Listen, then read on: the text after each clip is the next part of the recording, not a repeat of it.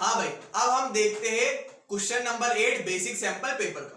तो क्या कह रहा है question number 8, the decimal representation of 23 by 2 की पावर 3 into 5 का square will be terminating, non terminating, non terminating and repeating, non terminating and non repeating. तो सबसे पहले तो तुम्हें यह पता होना चाहिए कि terminating, non terminating, non terminating, repeating क्या होता है।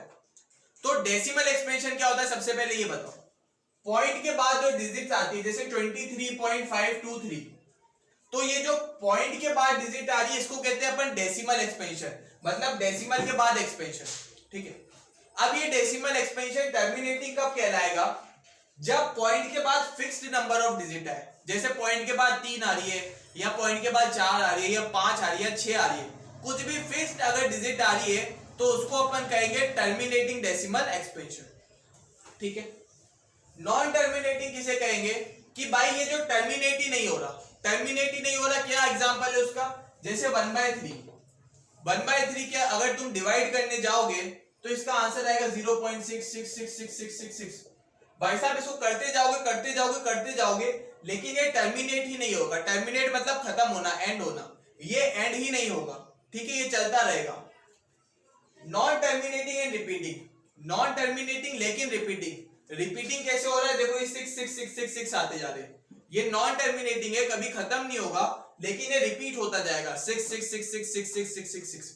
ठीक है, non terminating and non repeating का एग्जांपल क्या है, जैसे अगर कोई एग्जांपल आता है 0.12345678910, ठीक है, ये रिपीट भी नहीं हो रहा और ये टर्मिनेट भी नहीं हो रहा, तो इसको क्या कहेंगे हम, non terminating and non repeating. तो किसी भी नंबर को अगर चेक करना हो कि वो टर्मिनेटिंग है या नहीं है, कैसे करेंगे, उसके डिनोमिनेटर को चेक करके।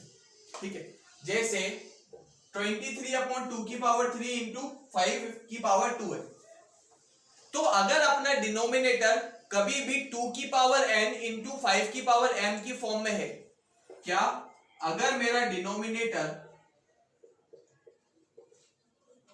2 की पावर n इंटू 5 की पावर m की फॉर्म में है, जहां पे n और m क्या है, नेचुरल नंबर से, तो क्या होगा कि जो मेरा डेसिमल एक्सपेंशन है वो हमेशा टर्मिनेटिंग होगा।